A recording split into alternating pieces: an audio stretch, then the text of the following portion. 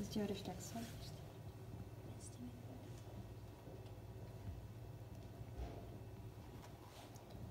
бір жасқа дейін сақталады. Келесі қабат-көбір рефлекс.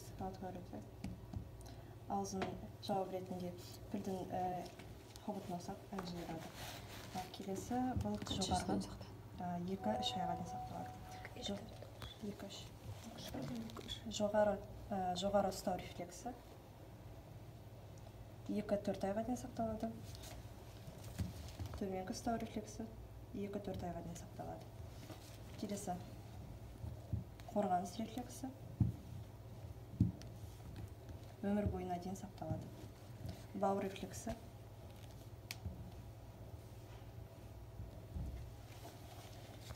4 айға дейін сақталады. Тіреу рефлексі 2 айға дейін сақталады.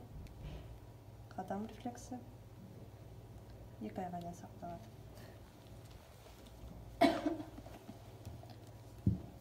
Баланың шартсыз рефлекстері шақырылады, симметриялы, жасына сай.